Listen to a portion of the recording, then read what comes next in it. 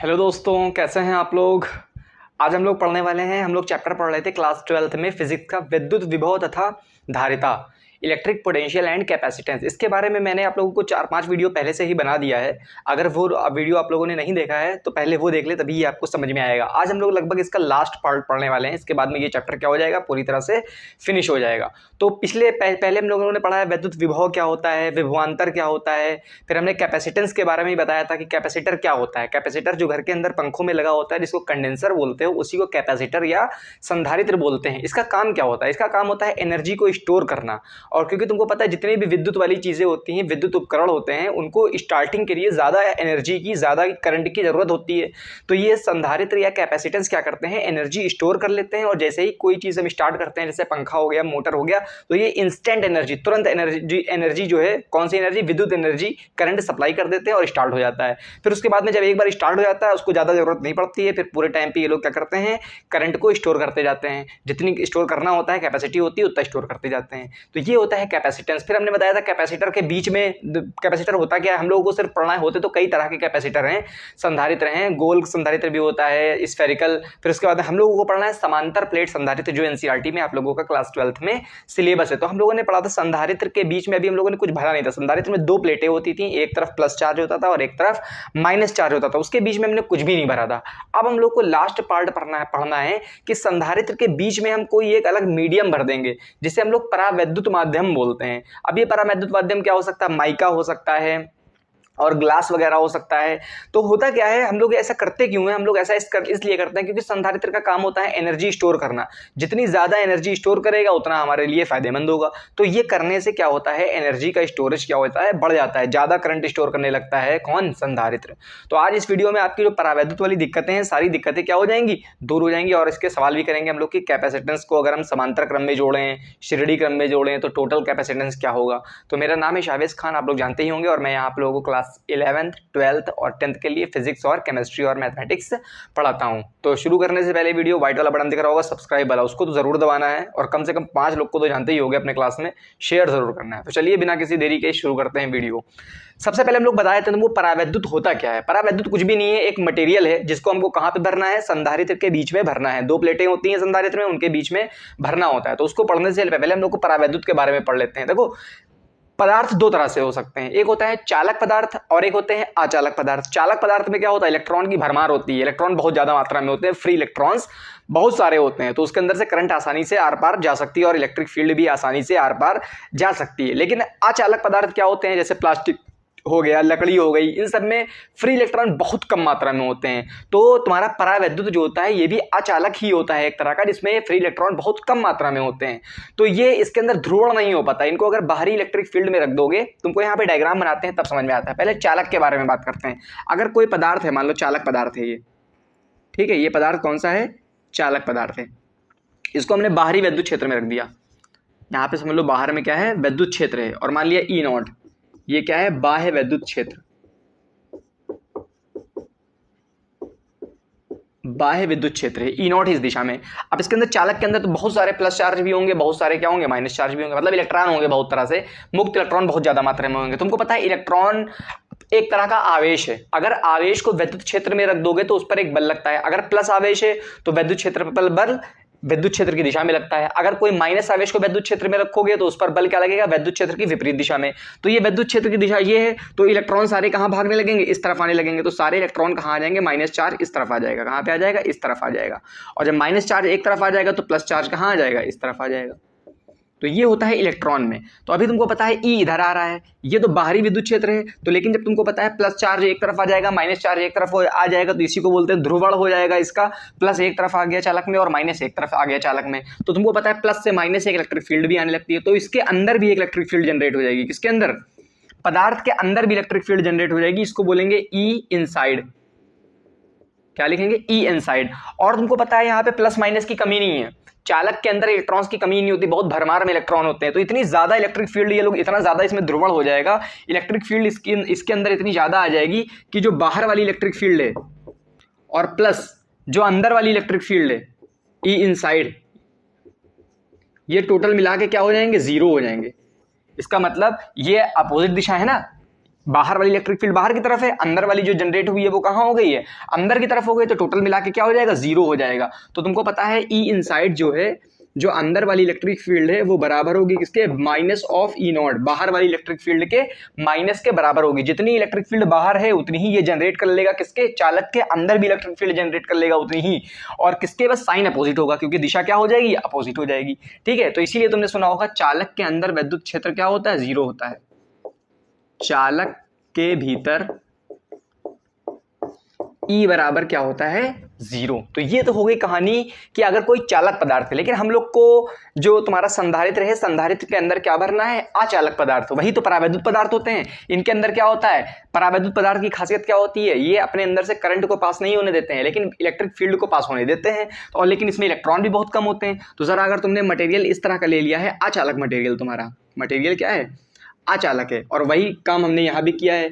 एक बाहरी विद्युत क्षेत्र क्या लगा दिया है, ई नॉट, इस पदार्थ को हमने रख दिया है, परावैद्युत पदार्थ को रख दिया है इलेक्ट्रिक फील्ड के बाहरी इलेक्ट्रिक फील्ड में, जो क्या है, ई नॉट इस दिशा में है। तो इसके अंदर भी इलेक्ट्रॉन और इसमें भी इलेक्ट्रॉन होंगे, लेकिन क्या होगा, फ्री इलेक्ट्रॉन बहुत कम मात्रा में होंगे। तो जाहिर सी बात है सारे इलेक्ट्रॉन किधर आ जाएंगे, विद्युत क्षेत्र की विपरीत दिशा में आ जाएंगे, और पॉजिटिव चार्ज कहाँ आ जाएगा, इलेक्ट्रॉन की जिस तरफ विद्युत क्षेत्र जा रही है उसकी दिशा में। तो इसके अंदर भी क्या हो जाएगा, एक तरह का विद्युत क्षेत्र उत्पन्न हो जाएगा। क्यों, क्योंकि प्लस से माइनस की तरफ इसके अंदर भी विद्युत क्षेत्र इंड्यूस्ड हो जाएगा। तो इसको भी ई इनसाइड बोलेंगे। लेकिन क्या ये बताओ, यहाँ का ई इनसाइड ये बाहर वाले विद्युत क्षेत्र के बराबर हो पाएगा, नहीं हो पाएगा, क्योंकि यहाँ पे चालक के अंदर इलेक्ट्रॉनों की क्या होती है, कमी होती है। इलेक्ट्रॉन तो होते हैं, लेकिन फ्री इलेक्ट्रॉन जो मूव कर सकते हैं, जो चल सकते हैं, वो इलेक्ट्रॉन चालक के अचालक के अंदर बहुत कम होते हैं। तो यहाँ पे केस क्या होता है, यहाँ पे जो ई नॉट होता है और ई इनसाइड जो होता है अंदर वाला, वो बराबर नहीं होते हैं। तो इसका मतलब टोटल ई अंदर, अगर हम टोटल ई की बात करें तो टोटल ई क्या हो जाएगा, ई नॉट बाहर वाला हो गया तुम्हारा, और इस तरफ क्या है, ई इनसाइड माइनस ई इनसाइड। तो टोटल इलेक्ट्रिक फील्ड कुछ ना कुछ क्या होगा किसके अंदर, इसके अंदर, चालक के अंदर, अचालक के अंदर, परावैद्युत पदार्थ के अंदर। लेकिन यहाँ पे क्या था, चालक के अंदर विद्युत क्षेत्र टोटल क्या हो गया था, जीरो। क्यों जीरो हो गया था, क्योंकि जितना बाहर था इलेक्ट्रिक फील्ड उतना ही क्या था, अंदर था। तो टोटल जो है इलेक्ट्रिक फील्ड क्या हो गया था, इस मिला के जीरो हो गया था। लेकिन यहाँ पे विद्युत क्षेत्र जीरो नहीं होगा। तो बस यही समझाना था परावैद्युत के बारे में। अब हम लोग पढ़ेंगे कि संधारित्र के अंदर, जो तुम्हारे सिलेबस में है समांतर प्लेट संधारित्र, उसके बीच में अगर हम ये वाला पदार्थ भर दें तो उससे हमको क्या फायदा होगा, क्या चेंजेस आएंगे, किसमें, संधारित्र में, धारिता में क्या चेंजेस आएंगे। चलिए देखते हैं, इसको नोट कर लीजिए पहले।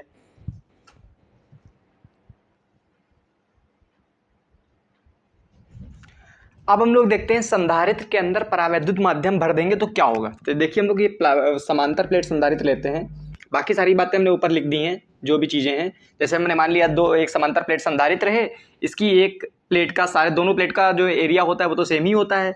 मान लिया एक पर सिग्मा है प्लस सिग्मा, और एक पर जो है आवेश घनत्व क्या है, माइनस का सिग्मा है। एक पर चार्ज प्लस क्यू है, दूसरे पर चार्ज क्या है, माइनस क्यू है।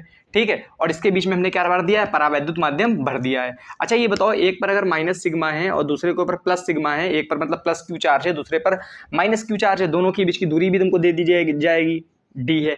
ठीक है, अब हमको ये बताओ जरा कि इन दो प्लेट की वजह से इसके बीच में कहीं पर भी विद्युत क्षेत्र कितना होगा। विद्युत क्षेत्र जो होगा प्लेट के बीच में, प्लेट की वजह से विद्युत क्षेत्र ई नॉट क्या होगा, ये है तुम्हारा विद्युत क्षेत्र।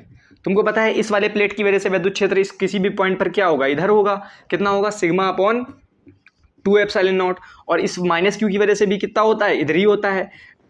कितना होगा, वो भी होगा तुम्हारे पास में कितना, सिग्मा अपॉन 2 एप्सिलॉन नॉट। तो ये सब बातें हम लोग देख चुके थे पहले ही। जो ई नॉट आता है वो तुम्हारा कितना आता है, sigma upon epsilon not. Sigma upon 2 epsilon not plus sigma upon epsilon not मिलकर क्या हो जाता है, सिग्मा अपॉन एप्सिलॉन नॉट हो जाता है। एक तरह से किसका काम करता है, ये समांतर प्लेट संधारित्र है, तो इसकी एक एक प्लेट अनंत चादर की वजह से जो विद्युत क्षेत्र होता है उसी का काम करती है। यहाँ पर किसी भी इन दोनों प्लेट के बीच में किसी भी पॉइंट पर अगर तुमको विद्युत क्षेत्र निकालना है तो प्लस की वजह से क्या होगा, दूर की तरफ, माइनस की वजह से इसी की तरफ। तो दोनों विद्युत क्षेत्र एक ही दिशा में आ जाते हैं, sigma upon 2 epsilon not, sigma upon 2 epsilon not, तो मिलके सिग्मा अपॉन एप्सिलॉन नॉट। तो एक तरह से देखा जाए तो अभी जब इसके बीच में कोई ध्रुव कोई पदार्थ नहीं भरा है परावैद्युत, तो उसकी वजह से जो इलेक्ट्रिक फील्ड आ रही है ई नॉट इधर वाला आ रही है। किधर आ रही है, ई नॉट इधर आ रही है। लेकिन दिक्कत क्या होगी, जब हमने इसमें कोई मटेरियल भर दिया है, मान लो क्या भर दिया है, कोई मटेरियल भर दिया है, यहाँ पे परावैद्युत मटेरियल भर दिया है।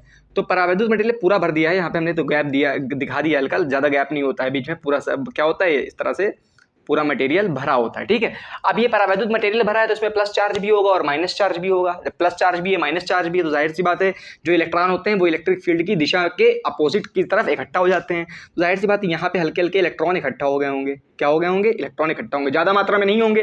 क्यों ज़्यादा मात्रा में नहीं होंगे? ज़्यादा मात्रा में इसलिए नहीं होंगे क्योंकि ये क्या है, अचालक होता है। परावैद्युत पदार्थ जो होता है वो अचालक होता है, तो कम मात्रा में इलेक्ट्रॉन इधर उधर होंगे। जाहिर सी बात है माइनस चार्ज एक तरफ आ जाएंगे, प्लस चार्ज एक तरफ आ जाएंगे। तो ये माइनस चार्ज इस वाली सरफेस के ऊपर इकट्ठा होते जाएंगे। इस पदार्थ की वजह से ये जो आवेश Q है तो इसकी वजह से ये तो सिग्मा चार्ज है तो है ही इस पर प्लस सिग्मा, लेकिन ये माइनस सिग्मा भी इधर आ जाएगा। ये जो माइनस माइनस चार्ज इकट्ठा हो रहा है एक तरह से यहाँ पे आवेश को कम ही तो कर रहा है। तो प्लेट पर देखो यहाँ पे लिखे दे रहे हैं, इसको अगर हम प्लेट 1 मान लें, इसको प्लेट क्या मान लें, 2 मान लें, तो यहाँ पे लिख दो माना परावैद्युत पदार्थ की वजह से, माना परावैद्युत पदार्थ के कारण प्लेट 1 पर माइनस सिग्मा पी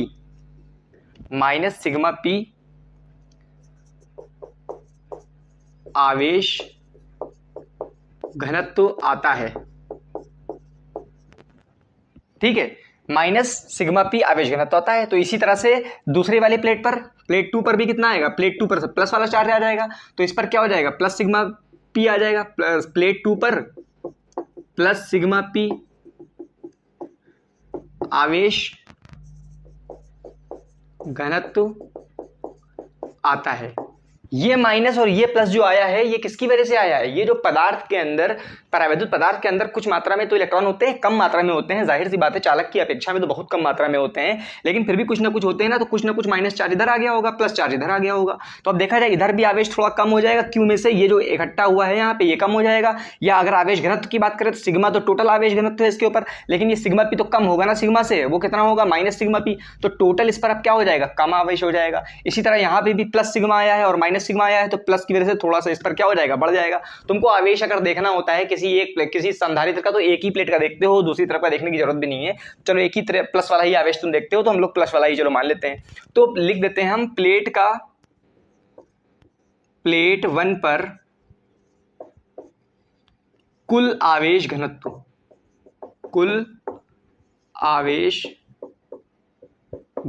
प्लेट 1 पर कुल आवेश घनत्व क्या हो जाएगा बताओ, सिग्मा तो पहले से ही था और माइनस सिग्मा पी और आ गया है तुम्हारा, तो कुल आवेश घनत्व क्या हो जाएगा, सिग्मा माइनस सिग्मा पी। इसी तरह प्लेट 2 पर क्या हो जाएगा, सेम इतना ही रहेगा, बस खाली उसके पहले क्या लग जाएगा, -2 आ जाएगा। चलो लिखना चाहो तो लिख दो, लेकिन कोई फायदा नहीं है उसका। प्लेट 2 पर अगर हम देखना चाहें तो कितना होगा, सिग्मा माइनस का सिग्मा माइनस सिग्मा पी। ठीक है, तो ये हो जाएगा तुम्हारा प्लेट 2, देखोगे sir minus sigma minus minus plus का सिग्मा पी। ठीक है, तो प्लेट 1 पर ये आवेश घनत्व आ गया, प्लेट 2 पर ये आवेश घनत्व आ गया। अब जाहिर सी बात है इलेक्ट्रिक फील्ड भी क्या हो जाएगी, कम हो जाएगी। एक जो ये तुम्हारा ये वाला जो आवेश घनत्व, ये टोटल आवेश घनत्व आया है, ये आवेश घनत्व टोटल आया है, तो एक तरह से देखा जाए तो अब इसकी वजह से जो इलेक्ट्रिक फील्ड आएगी वो सही आएगी इलेक्ट्रिक फील्ड, क्योंकि इसके अंदर भी इलेक्ट्रिक फील्ड इंड्यूस्ड हो गई होगी ना, इधर वाल आई इनसाइड आ गया होगा ना, यहाँ पे प्लस से माइनस की तरफ कितना आया होगा, जो सिग्मा पी आया है एक तरह से देखा जाए ई इनसाइड वो कितना आया है, वो आया होगा तुम्हारा सिग्मा अपॉन एप्सिलॉन नॉट आता है अंदर में, सिग्मा पी अपॉन में एप्सिलॉन नॉट आया होगा। क्या आया होगा, सिग्मा पी अपॉन में एप्सिलॉन नॉट, और ई नॉट कितना है तुमने निकाला, सिग्मा अपॉन एप्सिलॉन नॉट, तो ई टोटल कितना आएगा, ई टोटल आएगा तुम्हारा, ये वाला ज्यादा होगा जाहिर सी बात है बाहर वाला, और ये वाला क्या होगा, कम होगा, तो ई नॉट माइनस ई इनसाइड आ जाएगा। और किसके बराबर होगा ई नॉट माइनस ई इनसाइड, ये sigma upon epsilon not minus ये, तो sigma minus sigma P upon में एप्सिलॉन नॉट, चाहे इस तरह से समझ लो माइनस करके, चाहे इस तरह से आवेश की तरह टोटल समझ लो, sigma minus sigma P upon में एप्सिलॉन नॉट आता, चाहे इसकी तरह से समझ लिया हमने, तो बाहर वाला ई इधर है और अंदर वाला ई इधर है, तो टोटल ई क्या हो गया, एक में से दूसरे को क्या कर दोगे, बाहर वाले में से अंदर को माइनस कर दोगे। इतना नोट करो, फिर उसके आगे बताते हैं। मैं देख रहा था काफी छोटा छोटा लिख रहा हूँ तुम लोग के लिए, थोड़ा बड़ा लिखता हूँ, यही देखने गया था मैं। Sigma minus sigma P upon epsilon not हो गया। अब देखते हैं सारी चीजें, देखो अब विभव क्या होगा, देखो जरा प्लेटों के बीच में विभव का फॉर्मूला होता है तुम्हारा V बराबर E इंटू डी। क्या होता है, E इंटू डी। तो E टोटल तुम्हारा कितना आया है, इतना आया है, sigma minus sigma P upon में एप्सिलॉन नॉट इंटू डी, ये तुम्हारा हो जाएगा V। कब, परावैद्युत माध्यम के आने के बाद में। ठीक है, अभी इधर का मिटा देता हूँ, उसके बाद ही तुम लोग को समझ में आएगा, ताकि इधर की सारी चीज़ें मिट जाएँ। ठीक है, इतना मिटाऊंगा सिर्फ, ताकि तुम लोग को ये सब चीज़ें लिखी रहें। अच्छा देखो, सिग्मा जो है टोटल, वो सिग्मा कम हो गया है थोड़ा। क्या हो गया है? कम हो गया है। तो सिग्मा माइनस सिग्मा पी को तुम क्या लिख सकते हो? ये सिग्मा माइनस सिग्मा पी है ना, इसको माइनस नहीं लगाना चाहते हैं हम, ये देखना चाहते हैं कितने गुना कम हो गया। क्या हो गया? कितने गुना कम हो गया। इसीलिए हमने लिखाया था जो पदार्थ लिया गया है उसका परावैद्युतांक क्या लिया गया है? के लिया गया है। तो आवेश कितने गुना कम हो गया? मान लो ये सिग्मा माइनस सिग्मा पी, मतलब ये सिग्मा से तो कम ही होगा। पहले आवेश घनत्व तो कितना था? सिग्मा था, लेकिन जो पोलराइजेशन हो गया है, जो ध्रुवता आ गई, उसकी वजह से सिग्मा माइनस सिग्मा पी मतलब कुछ कम हो गया है। सिग्मा से कुछ कम हो गया तो मतलब सिग्मा का कुछ गुना कम हुआ होगा ना, उसी को क्या बोलते हैं? परावैद्युतांक। तो कितने गुना कम हुआ है? के गुना कम हुआ है मान लिया, इसी को क्या बोलते हैं हम लोग? परावैद्युतांक। तो सिग्मा माइनस सिग्मा पी की जगह पे सिग्मा अपॉन के लिखेंगे हम लोग, क्योंकि तुमको के दिया रहेगा सवाल में कि इतना परावैद्युतांक ये है, तो अपॉन में क्या कर दोगे? के कर दोगे। तो जहां जहां पे सिग्मा है वहां पे के कर दोगे बस, बाकी सारी चीजें क्या रहेंगी? सेम रहेंगी। अच्छा देखो, सबसे पहले विभव की बात करें। अगर हम बिना जो है परावैद्युतांक के, यहाँ पे एक तरफ हम लिखते हैं बिना परावैद्युतांक। जब परावैद्युतांक नहीं था तब कहानी क्या थी, और परावैद्युतांक के साथ में कहानी क्या है। इससे तुमको क्या होगा, एक तुमको अंदाजा मिल जाएगा कि कंपैरिजन करके क्या फायदा हुआ है परावैद्युतांक माध्यम भरने का। तो देखो, जब परावैद्युतांक नहीं था तब v बराबर क्या था? v बराबर था E इंटू डी। तो E उस समय आ रहा था सिग्मा अपॉन एप्सिलॉन नॉट, क्योंकि ये माइनस माइनस कुछ था नहीं, तो sigma upon epsilon not into D, ये आ रहा था तुम्हारा E। सही है। अब v बराबर क्या आ गया है? सॉरी, इधर लिखते हैं थोड़ा और। अब v बराबर तुम्हारा क्या आ गया है? सिग्मा अपॉन के। इसका मतलब यही हो गया, सिग्मा अपॉन के कितना गुना कम हो गया है? सिग्मा अपॉन के, और यहाँ पे सब कुछ सेम है, ये एप्सिलॉन नॉट इंटू डी। ठीक है, देखो मतलब विभव क्या हो गया है? घट गया है। कितने गुना? के गुना घट गया है। उसके बाद में धारिता की बात करते हैं। धारिता C बराबर क्या होता है? Q बराबर होता है CV। तो C बराबर होता है V अपॉन Q। क्या होता है? V upon Q। ये था तुम्हारा धारिता। अब धारिता ये था V अपॉन Q, तो चलो रखते हैं V बराबर कितना है? सिग्मा D अपॉन में एप्सिलॉन नॉट। और Q क्या था? Q होता है सिग्मा अपॉन A। क्या होता है? सिग्मा अपॉन ए। ये कहानी कब की है? जब कुछ भी नहीं भरा है दोनों प्लेटों के बीच में। तो तुमको पता है सिग्मा से सिग्मा कैंसिल हो जाता है, और यहाँ पे क्या आ जाता था? ए अपॉन में epsilon not into D. A upon में एप्सिलॉन नॉट इंटू डी, यही तो आता था। ये क्या आता था? सी आता था, ए डी अपॉन में एप्सिलॉन नॉट। ठीक है। अब उसके बाद में क्या चीज़ थी? उसके बाद में इधर आ जाओ। इधर अगर तुम निकालोगे सी बराबर वी अपॉन क्यू करोगे, यहाँ पे भी सी बराबर वी अपॉन क्यू करोगे, तो वी तो यहाँ पे ये आया है सिग्मा डी अपॉन में के एप्सिलॉन नॉट। और यहाँ पे तुम्हारा जो है क्या कहते हैं, और तुम्हारा क्या है, यहाँ पे Q निकालना है। तो Q बराबर अब तुम्हारा क्या आ जाएगा? अब तुम्हारा Q बराबर आ जाएगा, Q बराबर होता है सिग्मा अपॉन A। तो यहाँ पे सिग्मा अपॉन में K और A आ जाएगा। ठीक है, तो यहाँ से सिग्मा कैंसिल हो जाएगा, K से कैंसिल हो जाएगा, A D अपॉन में एप्सिलॉन नॉट। लेकिन यहाँ पे तो पहले तो K आया नहीं था ना, ये तो पहले वाली कहानी है।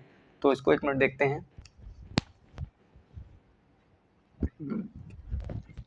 तो चलो हम लोग देख लेते हैं सारी चीज़ें कंपैरिजन के लिए, ताकि तुमको समझ में आ जाए। जैसे हमने लिख दिया सिग्मा माइनस सिग्मा पी, मतलब जो सिग्मा कम हुआ है उसको जगह पे सिग्मा अपॉन के लिखेंगे। तो ये बिना परावैद्युतांक की चीज़ें क्या थी? जब परावैद्युतांक नहीं था तब वी बराबर तुम क्या लिखते थे? वी बराबर लिखते थे तुम क्या लिखते थे? वी बराबर तुमने लिखा था सिग्मा डी अपॉन में एप्सिलॉन नॉट। ये कहानी कब थी? जब परावैद्युतांक कुछ नहीं भरा था, दोनों प्लेटों के बीच में कुछ नहीं था। चलो क्यू के फॉर्म में लिखना है तो क्यू के फॉर्म में भी लिख दो। सिग्मा को क्या लिख सकते हो? क्यू अपॉन ए, क्यू डी अपॉन में सिग्मा की जगह क्यू अपॉन ए लिखोगे तो ए एप्सिलॉन नॉट। ये हो गया तुम्हारा कब? वी, जब तुम्हारा परावैद्युतांक नहीं था। अब अगर परावैद्युतांक आ गया है तो सिग्मा की जगह पे तुम सिग्मा अपॉन के लिखोगे, तो वी बराबर तुम्हारा अब क्या आ जाएगा? सिग्मा की जगह लिखोगे सिग्मा अपॉन के, और ये डी रहेगा, ये रहेगा एप्सिलॉन नॉट। तो तुम देखोगे सिग्मा की जगह पे क्यू, अगर क्यू के फॉर्म में लिखना चाहो तो क्यू अपॉन ए लिख दोगे, तो ये क्यू डी अपॉन के ए एप्सिलॉन नॉट। तो देखो यहाँ पे विभव क्या है? Q D upon A epsilon not, यहाँ पे क्यू डी ए अपॉन में ए एप्सिलॉन नॉट, और अपॉन में के भी आ रहा है। तो विभव क्या हो गया है? विभव के गुना क्या हो गया है? कम हो गया है। और दूसरे की बात करें, सबसे इंपॉर्टेंट जो होती है धारिता। धारिता बराबर सी बराबर क्या होता है? क्यू बराबर होता है तुम्हारा सी वी, तो सी बराबर होता है क्यू अपॉन वी। क्या होता है? Q upon V. चलो निकालते हैं Q अपॉन वी। तो Q की जगह पे तो Q रखोगे, अपॉन में 1 लगा दो, V ये है तुम्हारा क्यू डी अपॉन में ए एप्सिलॉन नॉट। ये कहानी कब की है? जब बीच में कुछ भी नहीं भरा है इधर वाली। और इधर वाली कहानी कब की है? जब बीच में परावैद्युतांक माध्यम भरा हुआ है। तो Q से Q कैंसिल हो गया, A epsilon not upon D. क्या आया था? ए एप्सिलॉन नॉट अपॉन में डी। ये ऊपर चला जाएगा, ये इसमें मल्टीप्लाई हो जाएगा। और जब परावैद्युतांक माध्यम तुमने भर दिया तब V बराबर क्या होगा? फिर से वही Q upon V, sorry C बराबर क्या होगा तब? Q अपॉन V करोगे तो इस बार Q तुम्हारा क्या है, Q तो Q रहा अभी भी, और V क्या रह गया इस बार, V तुम्हारा हो गया है, तुम्हारा कितना हो गया है V, ये हो गया है तुम्हारा V, QD अपॉन में KA एप्सिलॉन नॉट, कुछ कैंसिल हो रहा है, Q से Q कैंसिल हो रहा है। अब देखो क्या आ रहा है, KA अपॉन सब ऊपर चला गया, KA एप्सिलॉन नॉट अपॉन में D।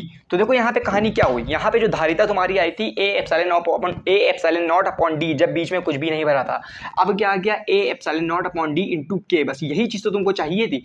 K क्या है, कोई परावैद्युतांक माध्यम है ना, कितने गुना कोई चीज कम हो गई है, कितने गुना एप्सिलॉन कम हो गया है, आवेश कम हो गया है, आवेश घनत्व तो कम हो गया है, सॉरी।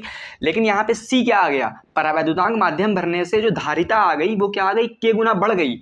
विभव तो K गुना कम हो गया, लेकिन धारिता क्या हो गई, उसकी कैपेसिटेंस क्या हो गई, K गुना बढ़ गई। यही तो तुमको चाहिए था, तुम तो ये चाह रहे थे ना कि देखो दूरी अभी भी उतनी ही है, मतलब साइज एक तरह से देखा जाए तो अभी भी उतना ही है संधारित्र की प्लेट होगा, लेकिन उसी साइज में बीच में मटेरियल भरने से परावैद्युतांक क्या हो गया, उसके अंदर जो स्टोर करने की ताकत है एनर्जी को, वो क्या हो गई, बढ़ गई। कितने गुना बढ़ गई, K गुना। अगर तुमने 10 परावैद्युतांक माध्यम 10 वाला, जिसका परावैद्युतांक नियतांक क्या है, परावैद्युतांक 10 है, अगर तुमने ऐसा कोई माध्यम भर दिया बीच में, दोनों प्लेटों के बीच में, तो मतलब जितना आवेश वो पहले स्टोर कर रहा था उसका 10 गुना ज्यादा स्टोर करेगा। तो यही काम तुमको करना था। तो एक तरह से तुम कह सकते हो जो K बराबर है, अगर ये निकालना चाहो तो K बराबर क्या आएगा, यहाँ से K बराबर तुम्हारा आ जाएगा कितना, यहाँ पे आ जाएगा K बराबर C अपॉन C नॉट कह सकते हो, C अपॉन C नॉट, या एप्सिलॉन अपॉन एप्सिलॉन नॉट भी कह सकते हो। क्यों, क्योंकि देखो यहाँ पे K एप्सिलॉन नॉट को क्या लिख सकते हो, K इंटू एप्सिलॉन नॉट। तुमने इलेक्ट्रिक फील्ड में एक चीज पढ़ी होगी, एप्सिलॉन बराबर क्या होता है, माध्यम का विद्युतशीलता। ये क्या है, एप्सिलॉन नॉट क्या होती है, विद्युतशीलता है। एप्सिलॉन नॉट का मतलब एयर की विद्युतशीलता, और एप्सिलॉन का मतलब माध्यम की विद्युतशीलता, परमिटिविटी ऑफ क्या होता है, मीडियम होता है। इसको लिखते हैं K एप्सिलॉन नॉट। तो K एप्सिलॉन नॉट को तुम क्या लिख सकते हो, एप्सिलॉन भी लिख सकते हो यहाँ पे। तो यहाँ से K बराबर क्या आ जाएगा, एप्सिलॉन अपॉन एप्सिलॉन नॉट। यहाँ से K ये होता है तुम्हारा। तो तुमको बात समझ में आ गई होगी कि अगर किसी भी दो प्लेट समांतर संधारित्र हैं, उनके बीच में कोई माध्यम भर दोगे, परावैद्युतांक माध्यम, जिसका परावैद्युतांक क्या है K, तो विभव तो क्या होता है, K गुना घट जाता है, लेकिन धारिता क्या होती है, K गुना बढ़ जाती है। यही तुमको चाहिए था। तुमको क्या बनाना था, स्टोरेज बढ़ाना था ना तुमको, कि कितना ज्यादा एनर्जी स्टोर हो सकती है। तो यही तुमको ध्यान रखना है कि जब उसमें परावैद्युतांक माध्यम भर दोगे तो K से मल्टीप्लाई हो जाएगा। बात समझ में आ गई, तो नोट कर लो इसको। अच्छा, हम लोग पढ़ते हैं संधारित्रों का समायोजन। संधारित्र एक तरह से क्या है, एक तुम्हारी एक क्या है, एक क्या बोल सकते हैं, उपकरण है संधारित्र, ठीक है, जो क्या करता है, एनर्जी स्टोर करता है। तो संधारित्र जाहिर सी बात है कहाँ जोड़ोगे उसको, किसी परिपथ में तो जोड़ोगे, सर्किट में जोड़ोगे। तो सर्किट में जोड़ने के दो तरीके हो सकते हैं, या तो श्रेणी क्रम में जोड़ दो, या किस में जोड़ दो, समांतर क्रम में। श्रेणी क्रम में तुमने प्रतिरोधों को जोड़ा ही होगा क्लास 10th में, तो यहाँ पे भी 12th में भी जोड़ोगे। तो श्रेणी क्रम में अगर दो संधारित्र जुड़े हैं तो संधारित्र को दिखाने का तरीका ये होता है, एक पर प्लस क्यू चार्ज होता है, दूसरे पर माइनस क्यू। फिर तुमने लगातार उसी तार में क्या कर दिया, सेम तार में एक और संधारित्र जोड़ दिया। अच्छा देखो, समांतर श्रेणी क्रम में क्या होता है, करंट सेम जाती है, जितनी करंट इसमें जाएगी उतनी करंट इसमें जाएगी। अगर मान लो तुमने 10 मिनट के लिए खोल दिया स्विच, 10 मिनट के लिए बैटरी को क्या कर दिया, खोल दिया, तो जितनी करंट 10 मिनट में यहाँ पे जाएगी उतनी ही करंट यहाँ पे भी जाएगी। टाइम भी दोनों के लिए सेम ही रहेगा, जाहिर सी बात है। तो जितना चार्ज यहाँ पे चार्जिंग होगी उतनी यहाँ पे भी चार्जिंग होगी। तो मतलब जितना आवेश इनकी प्लेटों पर आएगा उतना ही आवेश इनकी भी प्लेटों पर आएगा। इसका मतलब ये हुआ, समांतर क्रम में धारा तो समान होती है, करंट सेम होती है, इसीलिए दोनों जो कैपेसिटर हैं उन पर दोनों चार्ज भी क्या आएगा, सेम मात्रा में आएगा। तो अब तुमको पता है Q बराबर Q, तुमको पता है जब चार्ज सेम आएगा, लेकिन क्या होता है, विभव क्या होता है, अलग अलग होता है। मान लिया यहाँ का वोल्टेज यहाँ का V1 है, माना इसका वोल्टेज क्या है, V1 है, यहाँ पे लिखना चाहो लिख दो। माना C1 का विभव V1 तथा C2 का विभव V2 है, ठीक है। विभव तो क्या होता है, सेम से अलग अलग होता है श्रेणी क्रम में। तो मान लिया इसका V1 है, इसका क्या है, V2 है।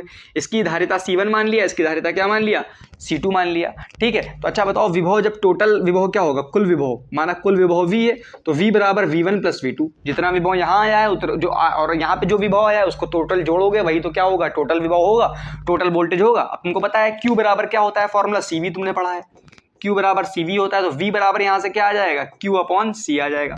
तो ये अगर मान लिया हमने टोटल आवेश Q है, अपॉन में C आ गया, ठीक है। यहाँ पे क्या आ जाएगा तुम्हारा, बताओ, Q अपॉन C1 आ जाएगा। इसी तरह यहाँ पे क्या आ जाएगा, Q अपॉन C2 आ जाएगा। दोनों में से Q कॉमन ले लोगे तो Q से Q क्या हो जाएगा, कैंसिल हो जाएगा। तो 1 अपॉन C बराबर 1 upon C1 plus 1 upon C2 आ जाएगा। देखो जिस तरह से प्रतिरोध में तुमने देखा था रेजिस्टेंस में उल्टा हो रहा था, श्रेणी क्रम में जुड़े थे तो R1 प्लस R2 आता था और समांतर में 1 upon R1 plus 1 upon R2 आता था। और संधारित्र के लिए केस क्या हो गया, उल्टा हो गया। श्रेणी क्रम में अगर दो संधारित्र जुड़े हैं जिनकी धारिता C1 और C2 है तो टोटल जो कैपेसिटेंस आएगी, धारिता आएगी, वो 1 upon C1 plus 1 upon C2 आएगा। इसी तरह इसमें हम लोग दूसरा वाला केस लेते हैं। दूसरे वाले केस में क्या लेते हैं, समांतर क्रम में लेते हैं। समांतर पैरेलल में कहानी क्या होती है तुमको पता है, पैरेलल में करंट अलग अलग जाती है क्योंकि तार क्या हो जाते हैं, अलग अलग। तो समांतर क्रम में तो लिख दो यहां पे वही बात, समांतर क्रम में धारा अलग अलग होती है जिससे आवेश भी अलग होगा। अगर दो संधारित्र लगे हैं और उसको तुमने कुछ समय के लिए बैटरी से जोड़ दिया तो जाहिर सी बात है दोनों में अगर अलग अलग तार में है तो दोनों में करंट भी क्या जाएगी, अलग अलग जाएगी। जब करंट अलग अलग जाएगी तो चार्जिंग भी अलग अलग होगी, तो किसी पर आवेश अलग आएगा, किसी पर आवेश दूसरा आएगा। तो लिख दो यहां पे, माना पहले की धारिता C1 व आवेश Q1 व दूसरे की धारिता C2 व आवेश Q2 है। देखो जब प्रूफ करते हैं ना ये सब बातें क्या कर दिया करो, लिख दिया करो, क्योंकि ये सब बातें लिखोगे तभी तो पेज भरेगा, उसको पता भी चलेगा कि कौन सी चीज क्या है, कौन सी चीज क्या है। अकेले तुमने कहीं भी Q1 दिखा दिया, कहीं भी C1 दिखा दिया तो समझ में भी नहीं आएगा ना सामने वाले को क्या चीज Q1 है, इसमें क्या C1 है। तो इस तरह से चलो लेते हैं एक ये इस तरह से, जिस तरह से तुमने रेजिस्टेंस जोड़ते उसी तरह से अलग अलग तार में दो जो है तुम क्या जोड़ दो, धारिता वाले संधारित्र जोड़ दो। तो मान लिया इसकी धारिता C1 है, इसकी क्या मान लिया C2 धारिता है। इनको कहीं भी बैटरी से दिखाना चाहो तो दिखा दो, नहीं भी दिखाओगे तो भी कोई दिक्कत की बात नहीं है। तो ये तुम्हारी बैटरी है, तो यहाँ से करंट जाएगी, जाहिर सी बात है करंट अगर यहाँ पे आई जा रही है तो इसमें करंट अलग जाएगी और इसमें करंट क्या जाएगी, अलग जाएगी, क्योंकि तार जब अलग अलग होते हैं तो करंट भी क्या होती है, अलग अलग जाती है। रेजिस्टेंस अगर सेम होता, धारिता सेम होती तो करंट सेम जा सकती थी, जाती के मतलब, लेकिन यहाँ पे धारिता अलग अलग है तो करंट भी क्या जाएगी, अलग अलग जाएगी। तो इसका मान लिया वोल्टेज लेकिन सेम रहता है। तो यहाँ पे लिख लो समांतर क्रम में विभव क्या होता है, समान होता है। समांतर क्रम में विभव समान रहता है। माना विभव V है, क्या है V, जितना विभव यहाँ का रहेगा उतना ही इस तार का भी रहेगा, उतना ही इस तार का भी विभव रहेगा। तो मान लिया इसका भी विभव V है और इसका भी क्या हो जाएगा, V हो जाएगा विभव, लेकिन आवेश अलग अलग होगा। इसका आवेश अगर Q1 और माइनस Q1 है तो इसका क्या हो जाएगा, Q2 और माइनस Q2 हो जाएगा। ठीक है, अच्छा जो करंट यहाँ पे जा रही है वही टोटल करंट तो यहाँ पे भी I1 प्लस I2 होगी। तो जाहिर सी बात है जितना चार्ज यहाँ, करंट का मतलब चार्ज है, समझ लो क्या है करंट का मतलब चार्ज, क्योंकि I बराबर क्या होता है Q upon T। Same time के लिए ही तो खोलोगे, अगर तुमने स्विच खोला तो जितना टाइम में यहाँ जाएगी करंट उतने ही टाइम के लिए यहाँ पे भी जाएगी। तो मतलब आवेश जो यहाँ से टोटल आवेश निकला है वही आवेश यहाँ और यहाँ बटा होगा। तो जो कुल आवेश Q निकला है यहाँ से वही Q1 प्लस Q2 में बटा होगा। अब Q बराबर क्या होता है, CV, क्या होता है CV। तो इसको क्या लिख सकते हो, टोटल अगर तुमने धारिता क्या मान ली, C मान ली, और टोटल वोल्टेज तो V दिया है तो इसकी जगह पे C1 V1 लिखोगे और इसकी जगह पे C2 और V लिखोगे, V1 नहीं लिखोगे, मतलब V तो दोनों में सेम ही है ना, तो V कैंसिल हो जाएगा यहाँ से और C बराबर तुम्हारा आ जाएगा C1 प्लस C2। देखो सिंपल सी बात है, अगर दो संधारित्र तुम्हारे समांतर क्रम में हैं तो सीधे सीधे जोड़ दो उनको, C1 प्लस C2 टोटल। और अगर दो संधारित्र या दो से ज्यादा संधारित्र तुम्हारे किसमें है, श्रेणी क्रम में है, तो 1 अपॉन C बराबर जो टोटल C तुम मानोगे तो 1 अपॉन C बराबर 1 upon C1 plus 1 upon C2। एक तरह से जो तुमने प्रतिरोध के बारे में पढ़ा है उसका सेम टू सेम क्या है, उसका बिल्कुल अपोजिट है, उल्टा है। ठीक है, तो इसको नोट कर लो, इसके ऊपर एक दो न्यूमेरिकल करते हैं हम लोग फिर। अब देखो सवाल समझो, यहाँ पे तुमको क्या दिया है, C1 C2 C3 C4 चार तुमको संधारित्र दिए हैं जो कि क्या है, जो कि श्रेणी क्रम में है। देखो तीन तो श्रेणी क्रम में C1, C2 और C3 एक ही तार में है। यहाँ पे तुमको इस तरह से बैटरी बना के दे दिया, तो समझो जरा कहानी क्या है, ये तुम लोग समझ पा रहे हो। यहाँ पे 500 वोल्ट लगा है, इसका मतलब इनके बीच में बैटरी लगी होगी, तो इसको सही से डायग्राम बनाओगे तब तुमको समझ में आएगा। जैसे मान लो यहाँ पे 500 वोल्ट लिखा है ना, तो इसका मतलब यहाँ पे 500 वोल्ट की क्या लगी होगी, बैटरी इस तरह से लगी रही होगी, ठीक है। और बाकी उसके बाद में इसी में देखो, इस बैटरी ये होगी तुम्हारी, इसके ऊपर क्या लगा है, बैटरी के पैरेलल में ही रखा है C4 तुम्हारा।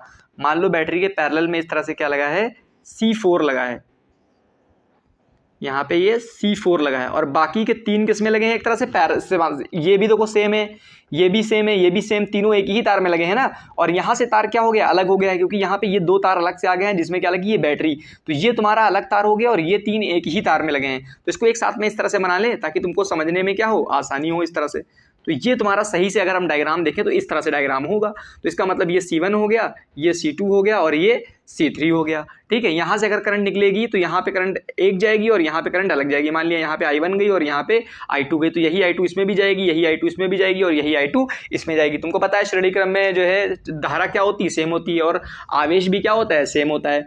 तो माना तुमको सबका आवेश भी निकालना है और C टोटल भी निकालना है। तो पहले तुमको हम बता देते हैं कि देखो ये श्रेणी क्रम में है, तो तीनों में धारा सेम जा रही है, तो C1, C2, C3 का करंट वो चार्ज भी क्या होगा, सेम होगा। माना C1, C2 व C3 का आवेश Q है, क्या है, Q है। तो एक पर यहाँ पे अगर मान लो इधर वाला प्लस Q है तो इधर माइनस Q मान लो, इधर भी प्लस Q, इधर माइनस Q, इधर प्लस Q, इधर माइनस Q। लेकिन इसका आवेश अलग होगा। क्यों आवेश अलग होगा, क्योंकि इसमें करंट भी क्या जा रही है, अलग जा रही है। करंट अलग तो आवेश भी क्या हो जाएगा, अलग हो जाएगा। तो यहाँ पे ये भी लिख दो, माना C4 का आवेश क्या है, Q डैश मान लेते हैं चलो। तो अगर इस पर इधर वाला करंट जा रही है तो ये Q हो जाएगा प्लस का, और ये क्या हो जाएगा, माइनस Q हो जाएगा। एक तरफ Q डाल दो Q डैश और एक तरफ माइनस का Q डैश मानो, क्योंकि C1, C2, C3 पर आवेश सेम होगा और इस पर आवेश अलग होगा, ठीक है। अच्छा C4 का वोल्टेज कितना है तुमको पता है, इस वाले तार का वोल्टेज, मतलब C4 का वोल्टेज तुमको साफ साफ दिया है। जो वोल्टेज यहाँ का होगा समांतर क्रम में वोल्टेज सेम होता है, ये इसके समांतर क्रम में लगा है, तो C4 जितना वोल्टेज 500 यहाँ का होगा उतना ही यहाँ का होगा, और ये तीनों का एक साथ वोल्टेज, इस तार और इस तार के बीच का भी वोल्टेज कितना होगा, 500 होगा, क्योंकि समांतर क्रम में वोल्टेज सेम होता है। तो देखा जाए तो ये जो है C4 है अलग एक तार में लगा है और ये तीनों एक तार में लगे हैं, तो इन तीनों का वोल्टेज, तीनों का सेम वोल्टेज क्या रहेगा, 500 वोल्टेज रहेगा। तो पहले हम क्या निकालते हैं, C1, C2 और C3 का टोटल निकाल देते हैं, क्योंकि C1, C2, C3 तीनों किसमें जुड़े हैं, श्रेणी क्रम में। तो C1, C2, C3, C1, C2, C3 का कुल, इसका टोटल अगर निकालना चाहो तो 1/C बराबर क्या आएगा, श्रेणी क्रम में जुड़े होते हैं तो उल्टा होता है, 1 आता है, 1/C बराबर 1/C1 plus 1/C2 plus 1/C3। चलो निकालते हैं। सबका तुमको दिया है 10 माइक्रोफैरेड, तो 1/10 प्लस 1/10 प्लस 1/10, तो एक तरह से 1/C बराबर क्या आ गया, 1 3/10 आ गया। तुमको तो C निकालना है ना, तो C बराबर तुम्हारा क्या आ गया है, 10/3 माइक्रोफैरेड। ये किसका टोटल आया है, ये आया है तुम्हारा टोटल किसका, C1, C2 और C3 का टोटल आया है तुम्हारा। अच्छा Q बराबर आवेश तीनों का क्या होगा, ये तो तुम्हारा टोटल आया है आवेश क्या, 10/3 10/3 10/3 चार्ज ऑन ईच। तो ये तो तुम्हारा एक चार्ज नहीं है, ये तीनों चार्ज हो गए हैं, क्या हो गए हैं, तीनों चार्ज, 10/3 10/3 10/3, ये टोटल 10 था, ये 10 था, ये 10 था, ये तीनों का आवेश हो गया। अच्छा तुम्हारा C4 भी निकाल देते हैं हम, और ये C4 किसके साथ में है, चलो अब टोटल निकाल लेते हैं पहले।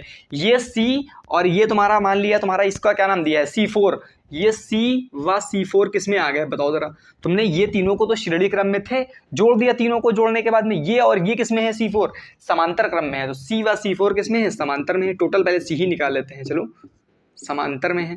तो जब समांतर में होते हैं तो सीधे सीधे क्या करते हैं, उनको जोड़ देते हैं। तो यहाँ पे अब जो टोटल निकालेगा, C टोटल जो आएगा तुम्हारा वो आएगा C प्लस C4, समांतर क्रम में क्या होते हैं, सीधे सीधे जोड़ देते हैं। C बराबर कितना आया तुम्हारा, 10/3 आया, और C4 कितना दिया है सवाल में, 10 दिया है, तो 10 3 30 और 10 40/3 आ गया। C टोटल जो आ गया वो आया 40/3 माइक्रो कूलम। बात समझ में आई तुमको, आ गई होगी आसानी से, ठीक है। अच्छा अब देखो क्या होगा, तुम्हारा वोल्टेज क्या है तुम्हारा, अब ये देखो कहानी यहाँ पे, ये वोल्टेज क्या है C4 का। अब तुमको एक चीज तो निकल गई, तुम्हारा ये वाला आंसर हो गया।